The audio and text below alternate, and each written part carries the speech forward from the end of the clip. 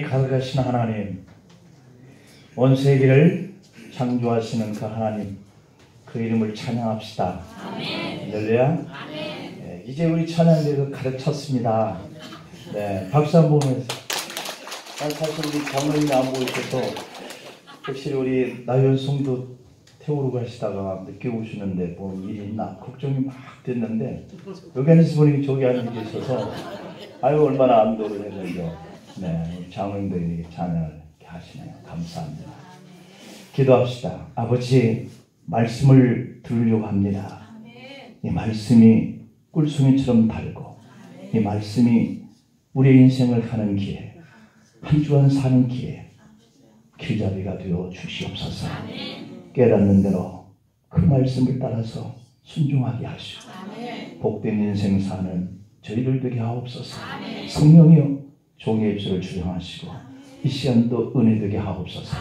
예수님의 이름으로 기도하옵나이다. 아멘. 믿음의 지경을 넓힙시다. 할렐루야. 금년에는 여러분들이 하는 모든 일의 지경이 자꾸 넓혀지는 그런 한 해가 되기를 축복합니다. 일기가성이라고 하는 사자성어가 있습니다. 일기가성. 16세기 명나라 시인이고 문예 비평가이기도 한 이 호응님이 그 평론집에서 두보의 작품인 등고를 평하면서 이 일기가성이라고 하는 문자를 인용을 했어요. 이 뜻이, 이 의미가 뭐냐면 이 문장의 처음과 끝이 일관되고 그리고 빈틈없이 순리에 따라서 짜여져 있다라고 하는 이런 뜻인데 일을 이렇게 매끄럽게 단숨에 해낸다 그런 뜻이에요. 그래서 여러분들이 이 한 해가 일기가성이 되어서 금년에 처음 각오하고 계획하고 또 마음먹은 그 일이 그냥 순탄하게 그냥 짜임새 있게 매끄럽게 잘 되기를 축복합니다. 이런 좋은 기회가 주어졌다 이 한 해가. 그래서 이 일을 반드시 이뤄내겠다 하는 이런 마음을 가지고 시작할 수 있기를 바랍니다. 금년은 이 나라의 국군이 융성하게 되는 이 절호의 기회를 맞이해서 국민이 단합해서 안팎의 도전을 우리가 잘 극복해내고 선진국의 문턱을 막힘없이 우리가 넘어가고 국가의 지경이 넓어지기를 바라고 온 국민과 믿음의 사람들이 마음을 같이 하고 그 기도가 다 이루어지는 그런 한 해가 되기를 소망합니다. 레이건 대통령이 1987년 6월 12일에 이 베를린 장벽 브란덴부르크 문 앞에서 소련 서기장과 이렇게 만났어요. 그 당시에 고르바초프였는데 그에게 이렇게 말했답니다. 고르바초프, 이 문을 여시오. 그랬대요. 그리고 그 메시지를 전한 지 2년 이후에 1989년 헝가리 프라하에서 시작된 이 동독 개방의 그런 물결이 현실로 이루어졌대요. 그러니까 2년 그 말을 한 다음에 2년 후에 이 동독이 서로 하나가 되어지는 통일이 이루어진 거죠. 수십 년간 굳게 닫혀 있었고 철조망으로 둘러싸여 있었고 콘크리트로 벽으로 세워진 이 베를린 장벽이 무너진 거죠. 당시 동독 서기장인 호네커는 베를린 장벽이 100년 정도 존속될 거야 이렇게 장담을 하고 절대로 이 장벽은 열려지지 않을 것이다 이렇게 했지만 소련을 포함한 동구 유럽의 공산주의 국가들이 이 철의 장막과 같았던 이 독일과 서독과 동독 이게 서로 이것을 걷어내고 서로 이렇게 하나가 되면서 개방이 되고 그렇게 합류가 되면서 이 놀라운 그 공산주의의 그 막을 내리면서 소련이 러시아로 바뀌게 된 것이죠. 그래서 엄청난 이러한 이 공산주의가 몰락을 하는 이런 역사적인 순간이 독일 장벽이 무너짐과 동시에 이루어졌다라고 하는 거예요. 이렇게 하나님은 통일 동독의 지경을 넓혀서 가는 그런 증거로 사람이 안 된다, 100년은 지속될 것이다 라고 얘기한 이 일을 사람의 생각은 그런데 하나님 생각은 다르다 하는 이러한 일로 장벽을 무너지게 하는 이런 평화의 문이 열리는 이런 시대가 역사 속에 나타난 줄 믿습니다. 오늘 본문 속에 이 지경이라고 하는 이 단어도 땅의 경계 혹은 이 생활터전의 범위의 어떤 한계선이라고 하는 것을 뜻해요. 근데 내가 생각했던 이 한계선, 이 지경, 이것이 하나님의 생각과 다를 줄로 믿습니다. 그래서 여러분들이 생각했던 이 지경을 점점 더 넓혀져 가는 이런 하나님의 역사가 금년에 일어나기를 축복합니다. 출애굽했던 이스라엘 백성들에게는 꿈이 있었어요. 그것은 하나님이 약속했던 이 가나안 땅에 들어가서 정복을 하는 것이었어요. 하나님이 정하신 그 지경의 그 확장이라고 하는 것은 하나님이 하시는 일이었고요. 그것에 대해서 사람들은 그냥 순종만 하면 하나님이 약속하신 것을 그들에게 허락한 역사가 이 출애굽을 했던 이스라엘 백성들에게 가나안 땅을 점령하는 결과였던 것을 믿기를 바랍니다. 그러므로 오늘 여러분들에게 주신 이 말씀을 여러분들의 한계가 있는데 그 한계의 벽을 하나님 앞에 맡기고요. 하나님이 여러분들에게 말씀하신 것을 그냥 그대로 따르면 하나님이 여러분들의 지경을 넓혀가게 되는 줄로 믿습니다. 그런 한 해가 되기를 바랍니다. 자, 그것은 순종의 사람에게 허락한다라고 하는 거예요. 오늘 이 본문 속에서 마지막 부분에 보면 그렇게 말해요. 무죄한 피를 흘리지 말아라. 이같이 하면 그 피가 네게로 돌아가지 아니하리라. 이렇게 얘기를 합니다. 그러니까 무죄한 자의 피를 흘리지 않는 것은 우리가 범죄하고 죄를 짓는 건데 그렇게 하지 아니하면 라고 하는 것은 하나님의 말씀에 순종하는 거거든요. 만약에 그렇게만 하면 하나님께서 이와 같은 지경을 너에게 넓혀주겠다는 이런 약속이에요. 자, 그런 거로 우리에게도 금년 한 해 동안에 이 지경이 확장되는 이런 역사가 반드시 하나님의 허락이 있어야 여러분에게 이루어진다는 사실이에요. 신명기를 통해서 하나님 주시는 이 축복의 말씀은 이 나라의 이 지경과 그리고 우리 교회의 지경과 그리고 여러분들이 기업의 지경, 가정과 자녀들이 하는 모든 지경을 넓혀가기를 소망할 수 있기를 축복합니다. 여러분은 새해에 어떤 지경이 넓혀지기를 원하고 계십니까? 여러분들은 금년에 무엇을 하기를 계획하고 작정하고 계십니까? 많은 지경 중에서 우선 우리가 가장 먼저 우선적인 지경이 있어요. 그것은 우리가 신앙의 사람이기 때문에 첫 번째 믿음의 지경을 넓혀주시기를 축복합니다. 왜냐하면 이 믿음이라고 하는 것이 우리에게 보이지 아니하는 것들을 땡겨서 내게 이것이 이루어지기를 이렇게 바라는 그런 마음이거든요. 그렇기 때문에 여러분들의 생각인 거예요. 여러분들의 생각이 믿음이 되어지면 하나님이 주시는 그 믿음을 가진 자에게 그 약속을 진행하는 분은 하나님이란 말이에요. 미스 아메리카 선발대회에서 1등으로 당선된 세릴 프레위트의 이런 간증이에요. 그녀가 어렸을 때부터 아버지와 함께 차를 타고 이렇게 다니기를 좋아했는데 교통사고를 당했어요. 그래가지고 왼쪽 다리를 심하게 다쳤는데 봉합수술을 했음에도 불구하고 이 휠체어에 타는 장애가 일어나게 되었다는 것이에요. 상처는 아무렇지만 세포가 죽었기 때문에 이 발육이 정지되고 왼쪽 다리가 오른쪽 다리보다 2인치 정도가 짧았다라고 하는 겁니다. 그러니까 걸어다니면 이 짧은 한쪽 다리 때문에 절뚝이는 이런 모습이 보이는 거죠. 자, 이런 사람이 어떻게 그의 마음속에 미스 아메리카에 나가야 되겠다 하는 이런 생각을 감히 가질 수가 있었겠어요. 그러나 그녀는 그럴 때일수록 자기가 믿음을 가지고 하나님을 의지했어요. 세릴 프레위트라고 하는 이분이 미시시피주 잭슨에서 열린 부흥집회에 참석을 했는데 하나님께 자기 자신의 다리를 길어지게 낮게 해달라고 감히 그런 생각을 가지고 기도를 했다는 거예요.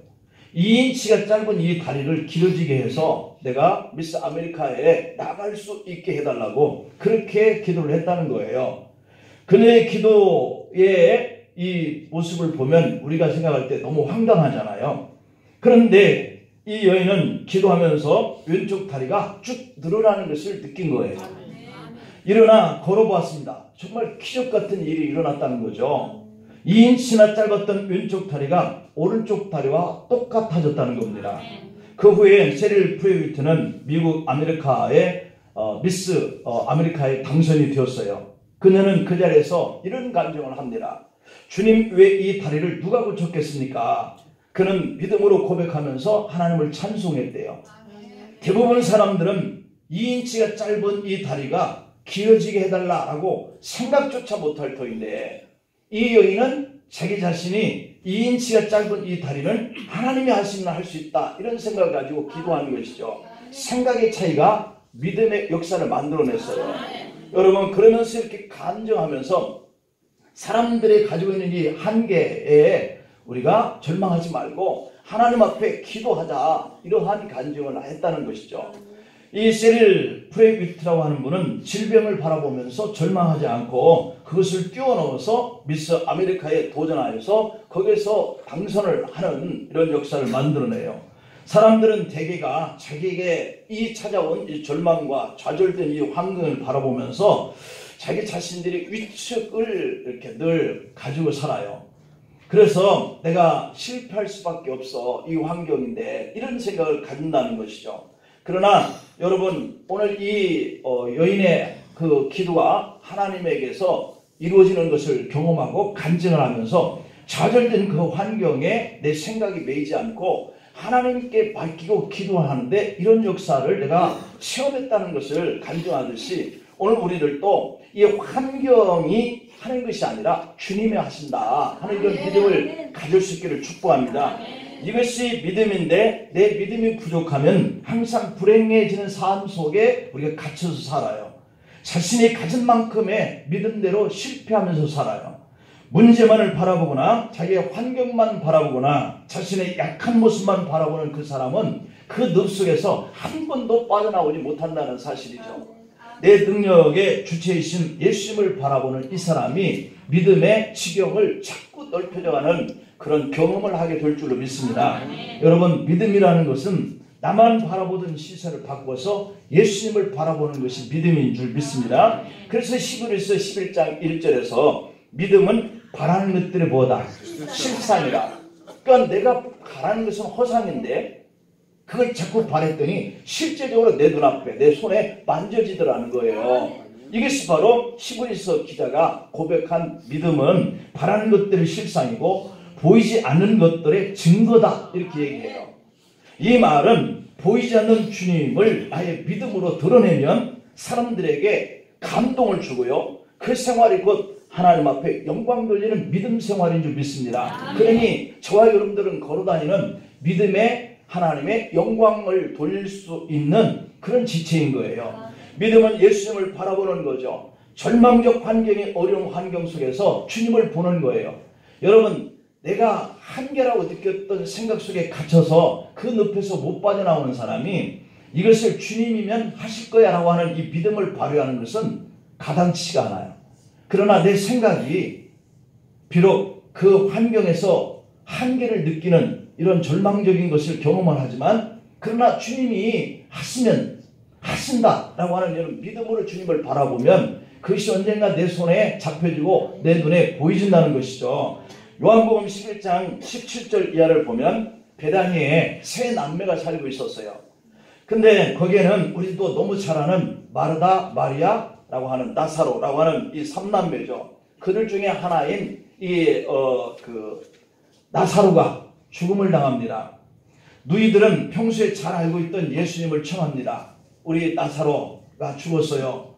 하지만 예수님은 이미 장사가 끝난 나흘째에서야 그곳에 도착을 했어요. 그때에 나흘 만에 도착한 예수님을 붙들고 마르다가 이런 말을 합니다. 요한복음 11장 21절에 보면 주께서 여기에 계셨다면 내 오라버니가 죽지 아니하였겠나이다, 이렇게 얘기를 해요. 그러니까 주님이 여기 계셨다면 내 오라비가 살 수 있었을 것이라는 얘기잖아요. 요한복음 11장 22절에 보면 그러다가 마르다가 이런 얘기를 합니다. 그러나 나는 이제라도 주께서 무엇이든지 하나님께 구하시는 것을 하나님이 주실 줄을 아나이다. 놀라운 믿음의 고백입니다. 예수님이 여기 계시면 내 오라비는 안 죽었을 거고, 아니 설사 죽었다 할지라도 주님이 하나님 앞에 기도하면 하나님께서 예수님의 기도를 들으시고 이루어질 것을 나는 믿습니다. 상당히 좋은 믿음인 것 같아요. 그때에 예수께서 마르다의 이 믿음을 보시고 요한복음 11장 23절에서 예수께서 이르시되 네 오라비가 다시 살아나리라, 이럽니다. 그리고 예수님은 마르다에게 돌을 옮겨 놓으라. 이 무덤이 이스라엘 사람들은 이렇게 동굴처럼 파고 그 앞에 돌로 이렇게 막아놓는 그런 무덤 형태를 띠거든요. 그러니까 막아놓은 그 돌을 옮겨놓으라 그랬어요. 그러니까 하지만 이때 마르다가 이런 말을 해요. 주여, 죽은 지가 나흘이나 되었음에 벌써 냄새가 납니다. 믿음이 흔들리는 거예요. 우리가 보여지는 이 한계, 내가 생각할 때 안 된다고 하는 이 한계 환경이 내가 그것을 뛰어넘는 믿음을 가지고 주님을 바라보다가도 때로는 내가 스스로 그걸 포기하게 된다 하는 이러한 모습이 바로 이 마르다가 보여주는 현상이잖아요. 하지만 마르다가 이렇게 얘기를 했음에도 불구하고 예수님은 마르다에게 이런 말을 해요. 네가 믿으면 하나님의 영광을 보라고 그 방금 얘기했지 않느냐 이렇게 얘기하시더니 그러더니 예수께서 눈을 들어서 하늘을 우러러 기도하기 시작합니다. 아버지께서 나를 보내신 것을 그들로 믿게 하려 함이니이다. 이 말씀을 하시고 큰 소리로 나사로야 라고 이렇게 부르셔요.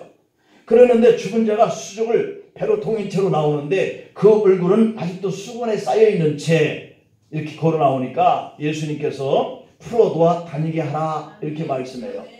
됐어요 안 됐어요? 됐단 말이에요. 사람으로는 할 수 없을 때 이것이 주님을 믿으면 일어나는 역사거든요. 만약에 환경이 이렇게 죽은 지 나흘이나 됐어 어떻게 살아나게 하겠냐라고 하는 것에 갇혀 있으면 예수님에게 기도를 할 수 있겠느냐는 말이죠. 이미 내가 포기한 것을 어떻게 주님 앞에 기도할 수 있는 믿음을 갖겠다는 것이죠. 그러나 내가 나의 환경의 한계를 스스로 그려놓지 말고 이것을 가지고 나는 못하되 하나님께 가지고 나가보자 하고 나가는 것, 이것이 바로 믿음인 줄 믿습니다. 실패의 자리에서도 예수님을 바라볼 수 있는 이 믿음을 가지고 있으면 역전의 역사를 경험하게 될 줄 믿습니다. 세상이 두려울 때 여러분 예수님을 바라보면 희망이 생길 줄 압니다. 죽은 지 나흘이나 지났어요.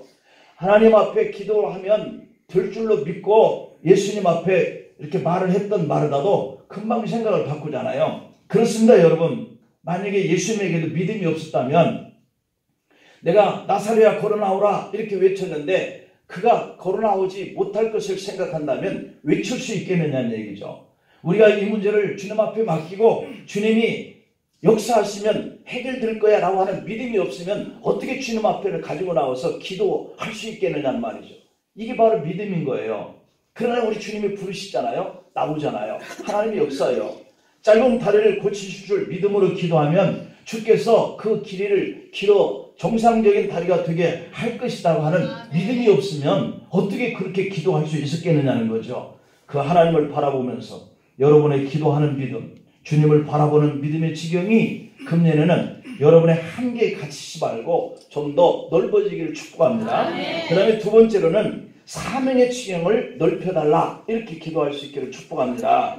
2010년 2월 마지막 날 아프리카 한복판에 수단의 남쪽 작은 마을에 하나밖에 없는 브라스 밴드가 마을을 행진하고 있었어요. 선두에 선 흑인 소년들은 한 남자의 사진을 들고서 영정사진을 들고 이렇게 걸어갑니다. 환하게 웃고 있는 이 사진 속의 주인공은 한국 사람이에요. 수단의 작은 마을 사람들은 이 사진 속의 주인공이 자신들의 아버지다 라고 생각을 하면서 눈물로 그 장례 행렬을 이끌고 가던 중이었어요. 그들은 전 세계에서 키가 가장 큰 민족, 큰 종족, 딩카족이라고 하는 사람들인데 유목민들인 그들은 가족과 소를 지키기 위해서는 목숨을 내던지는 사람들이다 그럽니다. 용맹함으로 상징으로 아린이 3개를 뽑아가지고 이마에는 칼로 V자 모양의 상처를 내고 다닌다 그럽니다. 그러니까 성한 치아를 뽑아서 내는 거, 이게 용맹한 이러한 그 용사다 이런 의미로 치아를 그냥 뽑아내는 거예요. 그래서 그들은 이러한 강한 그러한 사람이다 라고 하는 것을 의식적으로 보이기 때문에 눈물을 흘린다는 것은 있을 수 없는 일이에요. 그런데 그들이 눈물로 장례식을 이끌고 있었다라고 하는 거거든요. 이 딩카족에게는 눈물을 흘린다는 것은 수치로 아는 민족이에요.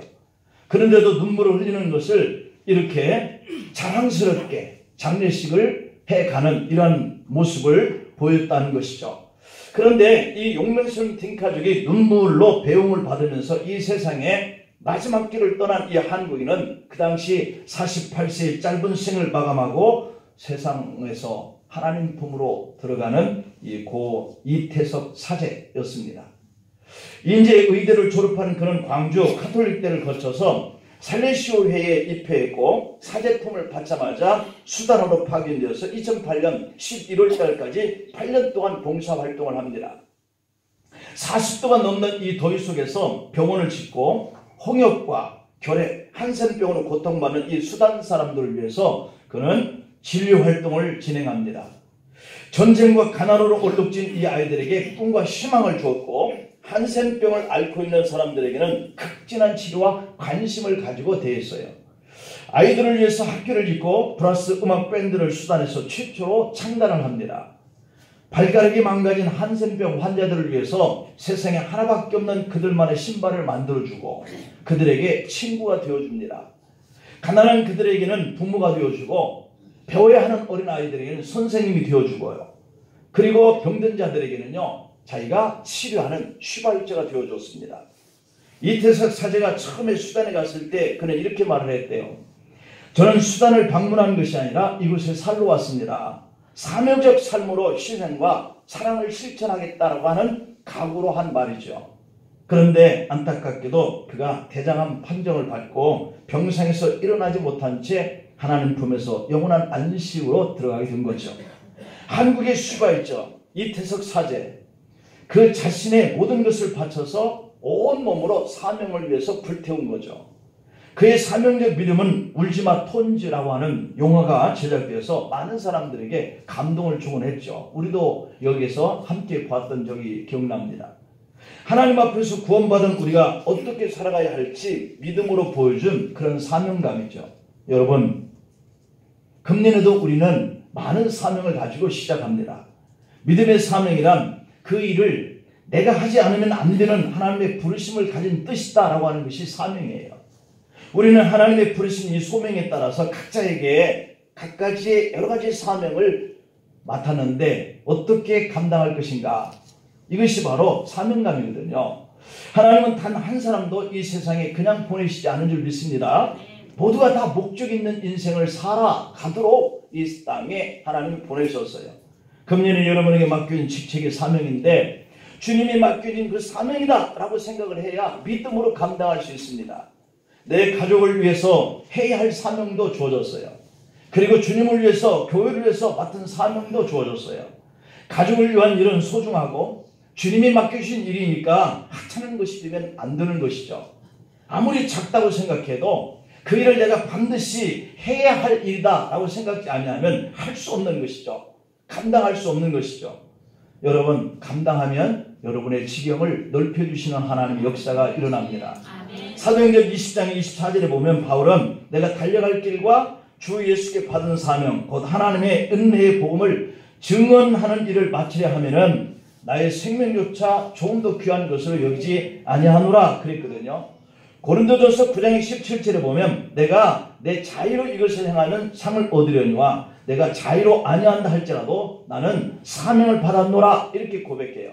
내가 하고 싶은 일만 하는 것이 사명이 아니라 내가 할 수 없는 일을 하라 한 것도 주님이 맡겨주신 사명으로 알아야 된다는 거예요. 불편하고 부담이 되겠죠. 그럴지라도 상을 받으려면 그 사명을 믿음으로 감당하는 것, 이것이 우리의 고백이 되어야 할 줄 믿습니다. 사도행전 13장 25절에 보면 요한이 자기의 사명을 다 맞춰갈 그 무렵에 당신들은 나를 누구라고 생각합니까? 라고 이렇게 물었어요. 그리고 사람들이 하는 그 말에 그는 이렇게 대답합니다. 나는 그리스도가 아닙니다. 그분은 내 뒤에 오실 터인데 나는 그분의 신발끈을 풀어드릴 자격조차 없는 사람입니다. 라고 그의 사명을 다하면서 마지막 마무리하면서 이러한 겸손의 고백을 해요. 내가 이 사명을 다 감당을 잘 했었더라도 이것은 내가 주님을 위해서 하는 것이다 라고 하는 것이죠. 그는 믿음의 사명을 감당하면서도 이렇게 겸손했어요. 이것은 바로 저와 여러분들이 닮아가야 할 그러한 겸손의 사명인 줄 믿습니다. 각자가 그 일을 잘해주면 여러분의 가정은 크게 될 거고 여러분의 섬기는 교회도 크게 될 거고 여러분들의 자녀들도 크게 될 거예요. 여러분의 가족을 위한 사명을 최선을 다해주면 하나님이 여러분의 기업에 복을 주셔요. 섬김과 헌신을 통해서 믿음의 사명을 잘 감당하면 하나님 여러분에게 주시는 2020년도의 사명의 그 지경이 자꾸자꾸 넓어져 가는, 그리고 더 견고해져 가는 이런 역사가 일어날 줄 믿습니다. 그 다음에 마지막으로 세 번째, 축복의 지경을 넓혀주기를 소원하시길 바랍니다. 월드컵 구스타, 이미 스타라고 하기는 세월이 많이 흘러버렸 이 그리스도인 최태욱이라고 하는 선수가 있었는데, 그는 초등학교 5학년 때부터 축구를 시작했대요. 그는 어려움이 있을 때마다 믿음으로 극복해가면서 축구의 사람으로 성장을 했어요. 고등학교를 졸업한 후에 안양 LG에 입단하면서 계약금으로 1억 8천만 원을 받았답니다. 그는 그 돈을 부모님 통장에 다 넣어드렸어요. 그의 아버지는 젊었을 때 예수 믿는 사람으로부터 사기를 당하면서 교회와 담을 쌓기 시작한 분이에요. 그래서 교회 말만 나와도 고개를 흔들 정도로 부정적인 생각을 가지고 살아가게 된 분이라고 그럽니다. 믿음이 좋은 이 최태욱은 하나님께 드려야 할 이 11조를 넣고 고민에 빠지기 시작했어요. 왜냐하면 1억 8천이 다 아버지 통장에 들어갔기 때문에. 수심이 가득한 아들의 얼굴을 바라보면서 아버지가 왜 그러느냐고 물었습니다. 최태욱 선수는 자기가 지금 돈이 필요해서 그런다 라고 말을 하니까 아버지가 왜 진작 말하지 않았느냐 그러면서 필요한 대로 꺼내 쓰라 그렇게 얘기를 했다고 그래요. 그는 2천만 원을 인출해서 11조를 드렸답니다. 그 후에 아버지가 이 사실을 아시고 얼마나 화를 내는지 교회에 찾아갔습니다. 그리고 목사에게 돈 내놓으라고 항의를 했다고 그럽니다. 그러나 목사님으로부터 이 돈은 최태욱 선수가 하나님 앞에 드린 것이므로 내 마음대로 내줄 수가 없습니다. 그러면서 그러나 헌금을 드린 아들이 직접 찾아오면 드리겠다라고 했더니 이 최 선수의 아버지는 더욱더 화가 나서 아들을 향하여서 화를 불같이 내고 야단을 쳤다고 그래요. 이때 최 선수가 아버지를 바라보면서 아버지, 제가 방황할 때 내 마음을 열 수 있었던 것은 아버지가 아니라 하나님 아버지 때문이었습니다. 그러니 이제 하나님 아버지는 저의 주인이십니다. 저는 하나님을 사랑합니다. 제가 왜 헌금을 드렸는지 앞으로 저를 지켜보시면 아실 것입니다. 라고 분명하게 말을 했다고 그럽니다. 이 사건 이후에 최 선수의 어머니도 교회에 다시 나가기 시작했고 그의 아버지도 최 선수가 가지다 두는 그런 모든 수익금에 대해서 11조를 따로 떼어놔서 아들에게 줬다 그럽니다. 분명한 신앙으로 아버지 부모님의 마음을 감동시켰더니 그에게 축복의 지경이 점점점 넓어져 가는 이 은혜가 임하더라는 것이죠. 그는 지금 국가대표 코치로 활동을 하고 있습니다. 하나님은 이렇게 믿음의 사람들에게 그 축복의 지경을 넓혀주시는 분이시다. 그러므로 여러분들의 기업이, 여러분들의 산업이, 여러분들의 물질의 통로를 활짝 여시고 여러분들이 생각하는 것보다 더 잘되게 하기 위해서는 여러분들의 그 기업의 그 축복의 그 지경을 하나님 앞에 맡기시기를 바랍니다. 그러므로 여러분의 믿음 생활을 더욱더 긍정적으로 바꾸시고 절망적 환경 속에서 눈을 들어서 주님을 향해서 기도하는 이런 믿음의 그러한 지경을 넓혀가시고 어떠한 여러분들에게 사명과 또한 가정에서 사회에서 맡은 그러한 사명을 여러분에게 주셨다 할지라도 그 사명을 감당함에 있어서 여러분들에게 부딪혀오는 모든 어떤 환경들, 그런 형편들, 현실의 문제들 앞에 부딪힐지라도 여러분들의 사명을 방해하는 그 방해할 때마다 여러분들은 더욱더 겸손한 믿음으로 그 일들을 감당하시기를 바랍니다. 그러면 마침내 지경을 넓히시는 이 축복의 하나님을 만나게 된다 약속하세요.